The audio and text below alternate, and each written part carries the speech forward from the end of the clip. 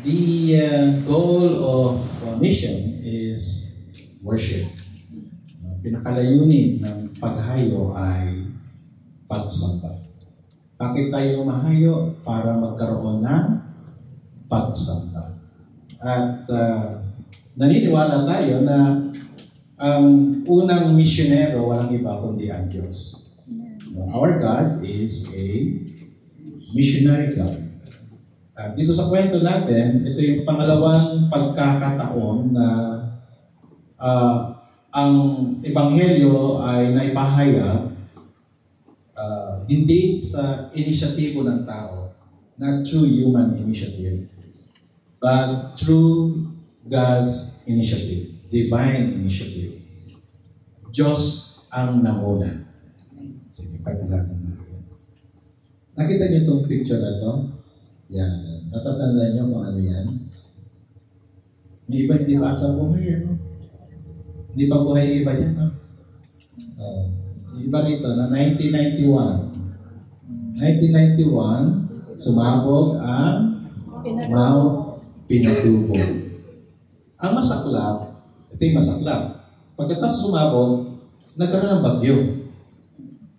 Kaya, nagkaroon ng lahar. Kaya yung karanasan ng mga taga Pampanga during that time, Pampanga, Tarlac, Zambales, during that time, ay talagang masaklap kasi sumabog na yung vulkan, maraming lahar anywhere, makapal, hindi lang manipis. Dito nga sa atin, parang yung mga inabot na yung mga ganyang tikta, no? Ang record, buong nag-around the world. Buti pa siya, no? Sana all. Nag-around the world yung ash niya. Umabot sa buong mundo. At kahit yung images from satellite, naapektuhan din doon sa ash. Okay? At merong karanasan din yung mga Aita na taga Pampanga. Nang sumabog ang Vulkan Pinatubo, babahan sila ng bundok, puntahan sila sa lowland, at naghanap sila ng masisilungan. Punta sila sa hospital, tinaboy sila ng mga taga-hospital. Punta sila sa mga tao, tinaboy sila ng mga tao. At nilalait pa, nagbabaan ng mga unggoy, parang gano'n. So they stayed in the elementary school. Totoong pangyayari ito, kwento ng mga katutubo na pinagpastoran ko for 1.5 years. Nagpastor ako rin sa Pampanga at sa Nueva Ecija. At doon sila nagstay sa school. Ang ginawa nila, habang bumabagsak ang lahat, nag-worship sila. Worship sa Lord. Makantahan pa na, di ba? Alam niya ng makantahan na this is the day, alive. Yung makantahan. Diretso lang sa worship yung mga Aita para hindi bumagsak yung bubong, umakyat sila sa bubong at pinapala yung mga bumabagsak na ash doon sa bubong habang nag-worship sila sa Lord. So pagkakataon yun, mas pinili nila sumamba kaysa maghintay kung anong mangyayari sa kanila. At ang nangyari, ito na si Lahar, yung magasak from the mountain, na-wash out yung hospital. Na-wash out din yung mga kabahayan. Naiwan sila. Totoo nangyari yun. Naiwan sila doon sa gitna. At sila yung pasalamat sa Panginoon. Naghimala sa kanya ng Lord. At sila yung lahat ay naligtas. Yung mga Aitas na pinili doon sa school magstay and talagang kahit sa ganoong kalagayan, they choose to worship the Lord. Alam niyo po, pinipili din natin ang ating magiging response sa mga hinaharap nating pagsubok. Di po ba? We also choose. Ano magiging response natin? Pag may pagsubok na nasa harapan natin, may pagpipili tayo. Ano ang dapat kong tugon? At ang end result nito ay depende kung ano ang pinili nating response. Tama po ba? resulta, nung pagharap mo sa pagsubok ay depende kung paano ka nag-response doon sa pagsubok. At sila Pablo at Silas, ano kaya naging response nila doon sa ating kwento? Tingnan natin. Acts 16, 20 and the following. Let's read together, sabay-sabay. Iniharap sila ng mga pinuno ng lungsod at pinaratangan ng ganito. Nanggugulo po sa lungsod ang mga Hudyong ito. Nagtuturo sila ng mga kaugaliang laban sa kautusan nating mga Romano. Hindi na natin maaaring sundin ang mga itinuturo nila. Nakisali ang mga tao sa pananakit sa kanila at pinagbaran sila ng mga pinuno at pinahagupi. Pagkatapos ng pasinang paulit-ulit sila ipinabilanggo at pinabantayang mabuti. Ipinasok sila ng bantay sa kaloob-looban ng bilangguan at inilagay ang kanilang mga paa sa pagitan ng dalawang mabibigat na kahoy. Nang maghahating gabi na sina Pablo at Silas ay nanalangin at tumaawit ng mga himno sa Diyos at nakikinig naman ang ibang mga bilanggo. Walang ano-ano'y lumindol ng malakas at nainig pati ang mga pundasyon ng bilangguan. Biglang nabuksan ang mga pinto at nakalaan ang mga tangitala ng lahat ng bilanggo. Nagising ang bantay ng bilangguan na makita niyang bukas ang mga pinto, inakala niyang nakatakas ang mga bilanggo. Dahil dito'y pinunot niya ang kanyang taba at magpapakamatay na sana. Ngunit, sumigaw si Pablo, huwag mong saktan ang iyong sarili. Narito kaming lahat. Humingi ang ilaw ang bantay patakbong pumasok at nanginginig na nagpatirapat sa harapan ni Pablo at Silas. Sila ay ilabas niya at sinabi, mga Ginoo, ano po ang dapat kong gawin upang ako'y maligtas?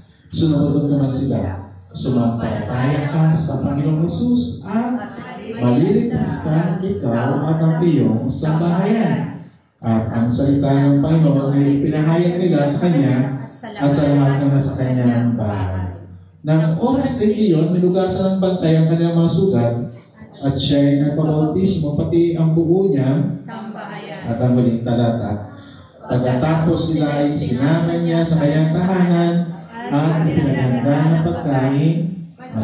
Masaya ang bantay at ang kanyang buong sambahayan sapagkat sila ay sumampalataya sa Diyos. Tingnan natin itong image na ito. Pwedeng ganyan, kaya lang wala yung tanikala. Natanggal na yung tanikala, nakatanikala pa sila noon. Okay, at ipit ang kanilang mga paa. Tama, may sugat sila kasi binugbog sila at pinagbubaran. Mahirap yung kalagayan ni Pablo at Silas dahil sa pagmimisyon, sila ay nadakip, sila ay pinahirapan, binugbog, ikinulong. Pero sa pagkakataong iyon, pinili pa rin nila sumamba sa Panginoon. Pwede sila magreklamo sa Lord, tama ba? Lord, kami ay ginagawa ang iyong utos sa amin. Yung Great Commission, ginagampanan namin, pero bakit ganito ang aming kalagayan? Pero ang desisyon nila Pablo at Silas ay mag-worship pa rin sa Lord. Alam niyo yung bagay na yan, laging naririnig natin kapag may problema tayo, sabihin lang sa atin, nagpapayo sa atin, pray ka na, mag-worship ka at nalulutas siya. Ang tawag doon, easy to say than done. Pag may problema, ano talaga ang reaction ng tao? What is the natural reaction?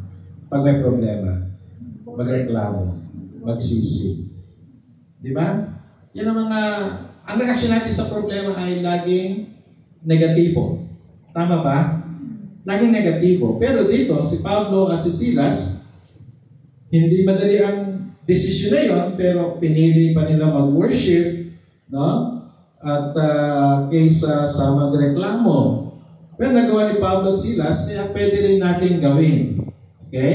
Kung sila ay nakapag-desisyon sa gitna ng problema, nakapag-desisyon na mag-worship, no?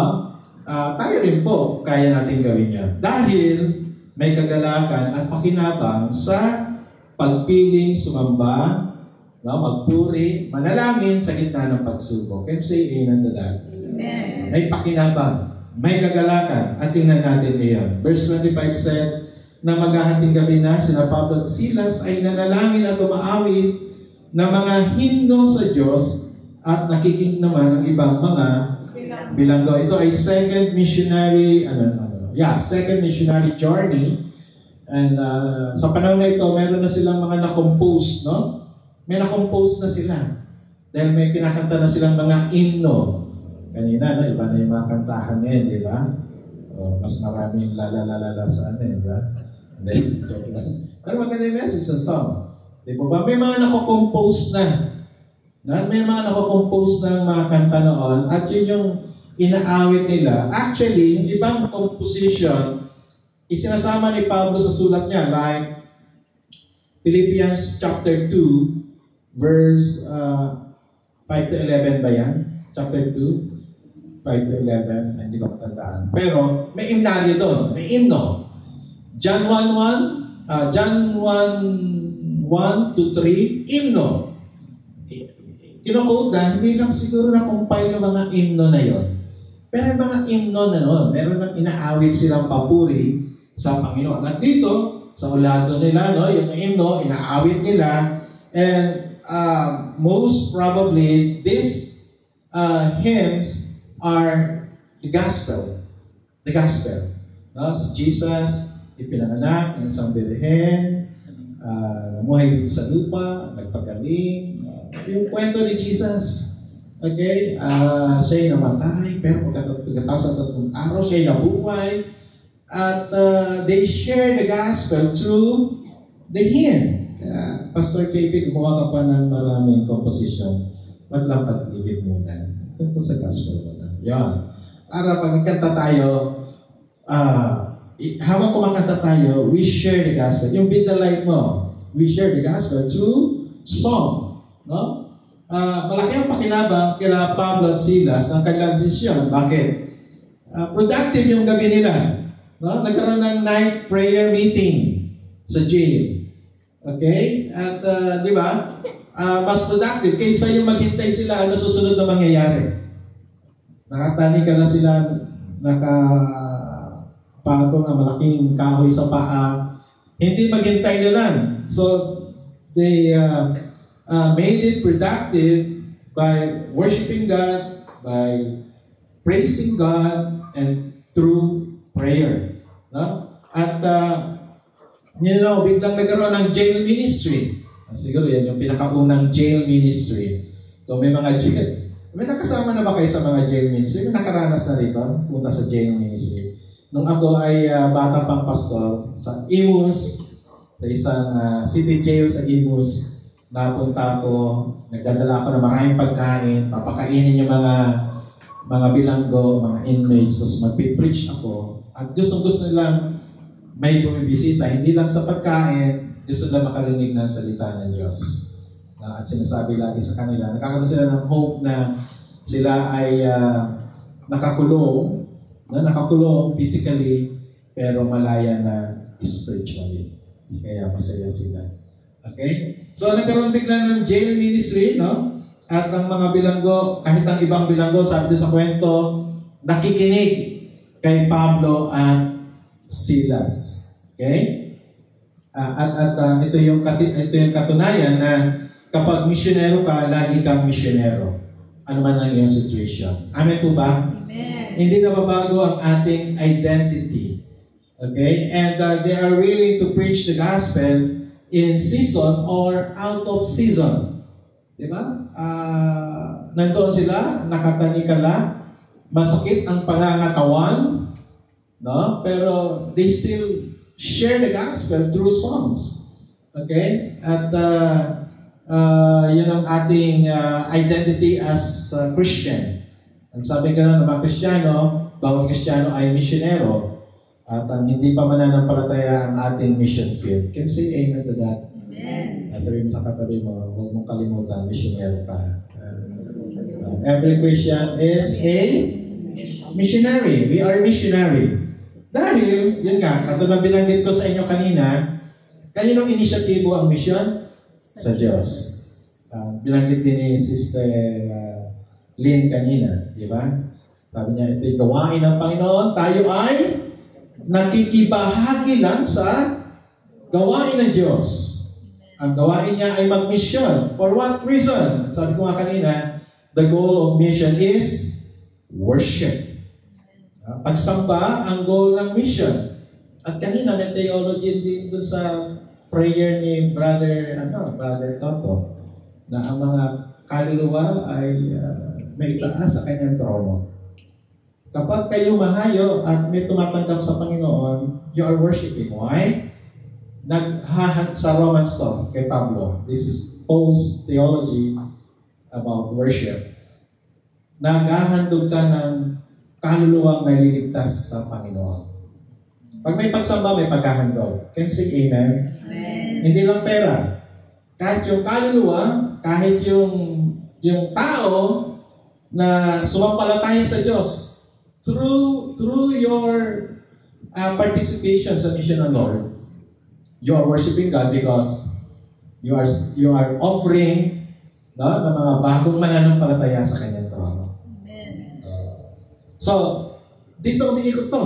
Dito umiikot. Kaya nga, mga kapatid, tayo misyonero, tayo ay mahayo sa mga hindi pa nakilala sa kanya. Naging mission field yung jail doon sa Philippi. Tandaan natin, pangalawang beses na naibahagi ang mabuting balita sa Philippi. Una, kay Lydia. Di ba? Actually, ayaw ni Pablo pumunta doon sa lugar niya. Sa Philippi, ayaw niya. Pumunta siya sa ibang lugar, sabi ng Holy Spirit, no. Pumunta siya sa kabilang lugar, sabi ng Holy Spirit, no. And then, all of the sudden, there's a vision. No? At sabi na doon sa vision, Paul, Silas, and your team, please go to Macedonia. O sabi niya, come here sa Macedonia. We need your help. Sabi doon sa vision nila. At tumawid nga sila doon sa Macedonia. Unang nalitas itong si Lydia. At pangalawa, itong jailer. Okay? At lahat to ay gawa ng Diyos. Sumusunod lang sila Pablo at Silas. And therefore, kapag ganon, our Christian identity never changes wherever we are and whatever we do, because we always represent the Lord. Can you say amen to that? Amen. Hindi nawawala ang ating identity saan man tayo pumunta. Katulad si Silas and Paul, kahit sa kulungan, nandun yung kanilang identity as missionary of the Lord. And then, when they choose to worship and pray, ito yung maganda. God works mightily through signs. Ito isang himala. Di po ba? Saan kayo makakita ng lindol ng purpose lang, kalagid lang ang kanilang mga tanikala. Palayahin lang sila. Buksan ang pinto. Saan kayo nakita ng ganong lindol? Di po ba? Kapag lindol, lahat mawawasak. Kung tumatanggal yung tanikala, ba't hindi mawasak lahat? Di ba? So, yun lang ang purpose. Kaya namangha yung jailer.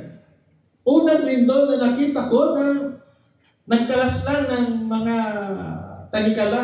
Nagpakawala lang ng mga bilanggo. Kaya siya ay magpapakamatay sana. Kaya nagkaroon din ng malaking pakinabang sa jailer. Not only to Paul and Silas, but also to the jailer at sa kanyang buong sambayan at iba pang bilanggo. Sa tingin ko, yung mga bilanggo, sumampalataya rin. Sa tingin ko. Bakit? Kasi, nung sila'y nakawala, hindi sila tumakas. Tingnan natin to. Verse 26. Let's read together. Walang ano-ano'y lumindol ng malakas at naning pati ang mga pundasyon ng bilangguan. Biglang nabuksan ang mga pinto at nakalaan ang mga tanikala ng lahat ng bilanggo. Ngunit sumagot si Pablo, verse 27 pala, sorry.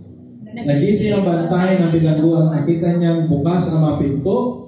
Inakala niya nakatakas ang mga bilanggo dahil dito'y binunot niya ang kanyang taba at magpapakamatay na sana. Ito, 28. Ngunit sumigaw si Pablo, huwag mong saktan ang iyong sarili. Narito kami lahat. Di po ba kung yung mga bilanggo ngayon, pag nabuksan ng Libre yun, tatakbuhan niya. Tatakbuhan niya. Sila hindi. No? Hindi sila tumakas. Nanatili sila. Okay? Kasama sila nila Pablo at Silas. Nandun, nanatili. Sigurado niya mga yan, mga mga masasamang ginawa, mga krimen na nagawa. Okay? Verse 29, humingi ng ilaw ang bantay, patakbong pumasok at nanginginig na nagpakirapa sa harapan nila Pablo at Silas. 30, sila ay inilabas niya at sinabi, mga Ginoo, ano po ang dapat kong gawin upang ako'y? Alam niya na agad ang mensahe ng Ebanghelyo. Alam niya na agad. Because Paul and Silas, while singing, sharing the gospel to those who are listening. Diba? Kaya pagkalabas nila Pablo at Silas, nakalagitan ng mga tanikala, alam agad ng bantay bilangguan na totoo ang pinangangaral nito, makapangyarihan ang kanilang Diyos. Paano ako maliligtas? Sabi niya, 31. Sumagot naman sila, sumampalataya ka sa Panginoong Yesus at maliligtas ka, ikaw at ang iyong sambahayan. So, clear ang message. Sumampalataya ka. No? Sola fide sa Reformation, sabi yun, sola fide. By faith alone.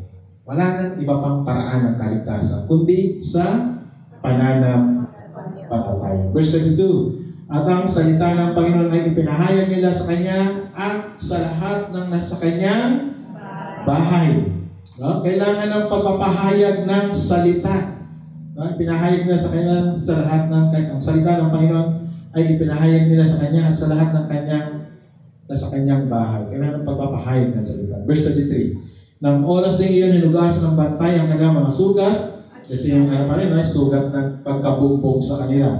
At siya ay nabautismo pati ang buo niyang sambahayan. 34, pagkatapos sila'y sinama niya sa kanyang tahanan at ipinaganda ng pagkain.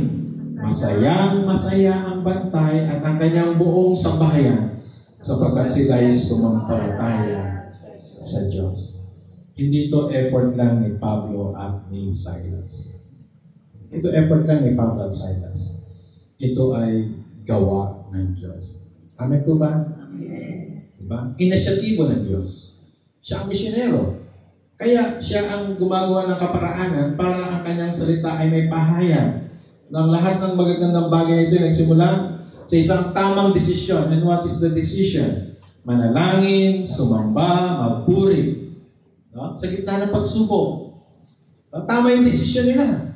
At dahil doon, nagkaroon ng pagpapahayag ng salita ng Diyos at nahayag ang kapangyarihan ng Diyos. Kapag ang Diyos ay nabibigyan ng papuri at pagsamba, laging kasunod ang paghayo. Isang malakas na amen po. Amen. Pag ang iglesia, dry ang pagsamba, dry din ang mission. Marami tayong alam na church, lalo yung mga classic church, classic Protestant church. Ayaw ko magpagit ng mga denomination. Pero dry ang worship, dry din ang mission.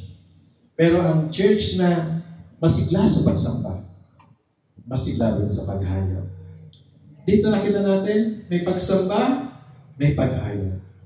At Diyos mismo gumawa ng paraan para buksan ang puso at isipan no mga hindi pa mananampalataya doon sa kwento natin.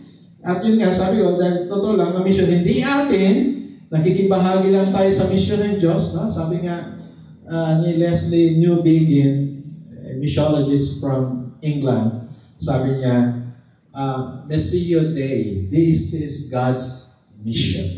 Ito'y mission ng Diyos. God is a missionary God. Kaya ang kanyang tao is missionary people. Diba? Kaya pag sinabi, bakit matalino si Jen? Matalino kasi Sister Bell eh. Siya galing eh. Hindi ba? Ang tao, bakit tayo, ang church, bakit tayo missionero?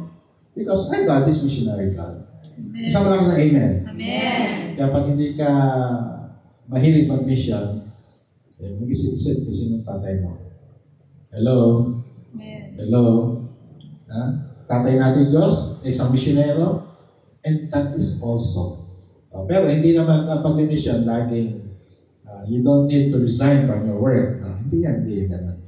Sinabi ni Jesus that you are light and salt of the world. Ibig sabihin, you are missionary of this world. Amen? Amen. You can testify through your word.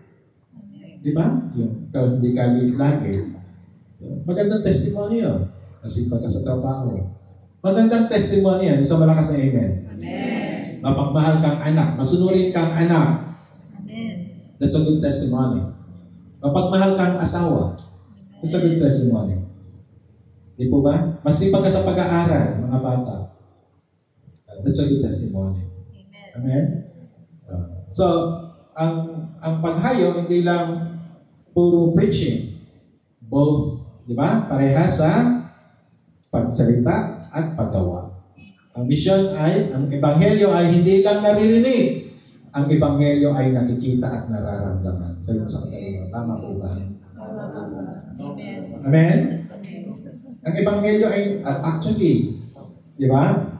Ang nakikita ay mas malakas ang dating kaysa sa naririnig. Amen po ba? Mas malakas ang dating ng buhay. Yung as a light, yung light kasi di ba?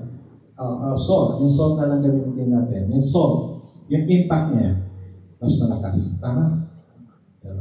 Ginamit din ni Jesus yung yeast. Yung impact ng yeast dun sa dough. Di ba? Mas malakas yun kaysa yung naririnig lamang. Okay? So, we are missionary because our Father, our God, is a missionary God. Kaya nga palagi natin piliin. Sumamba, magpuri, manalangin sa Diyos, anuman ang ating situation. Amen po ba? Amen. Hindi madali, pero piliin natin. Dahil may malaking pakinabang sa atin at sa iba. Ang ating missionary Diyos ay gumagawa sa kanyang layunin. Sa tuwing ang kanyang mga anak ay sumasamba, nagpupuri at nananalangin. Isang malakas na amen. Amen. Nangyayari ang kanyang layunin. Nagaganap ang kanyang layunin. Kapag tayo ay sumasamba, nagpupuri at nananalangin. Aming Diyos, kami nagpapasalamat sa isang napakagandang umaga meron kami. Salamat sa mga salita mo, nagpapaalala sa amin kay Diyos na buhay, na patuloy na gumagawa ayon sa iyong layunin. Mataas ang iyong pangalan. At iyon ay mangyayari kung ang mga tao ay sasampalataya sa iyo. Amen. Kami ang iyong mga anak ay kasangkapanin mo, Panginoon. Kahit pa sa kabila ng pagsubok, sa kabila ng aming hinaharap na mga problema, Lord, tulungan mo kami. Piliin ang tama, at ang tama ay laging mataas ang pangalan mo, mapasalamatan ka, mapapurihan ka, dahil kapag pipiliin namin na ikay matanghal, gumagawa ka sa mga hindi inaasahang bagay. Salamat po, Panginoon. Sa pagkakataong ito, igawad mo ang iyong mayamang basbas at bendisyon sa bawat sa amin. Mananasan namin, Panginoon, ang iyong kalapitan sa pamagitan ng Banal na Espiritu, pupuspos sa aming buhay. Panginoon, bigyan kami ng tapang gumawa ng tamang desisyon na ikay sambahin, purihin, dakilain, kahit sa kabila ng mga pagsubok sa buhay. At patuloy na ibuhos lahat ng pagpapalang kailangan namin. Ito man material, ito man spiritual, at anumang pangangailangan, aspekto ng buhay namin, punuin mo na yung pagpapala. Maranasan lagi ang iyong kalapitan, maranasan lagi ang iyong pabor, maranasan lagi, Panginoon, ang katagumpayan sa anumang aming ginagawa. Ibalik lang lahat ng papuri, pagdakila, pagwalhati sa pangalan ng Ama, ng Anak, at ng Espiritu Santo. Amen. Amen.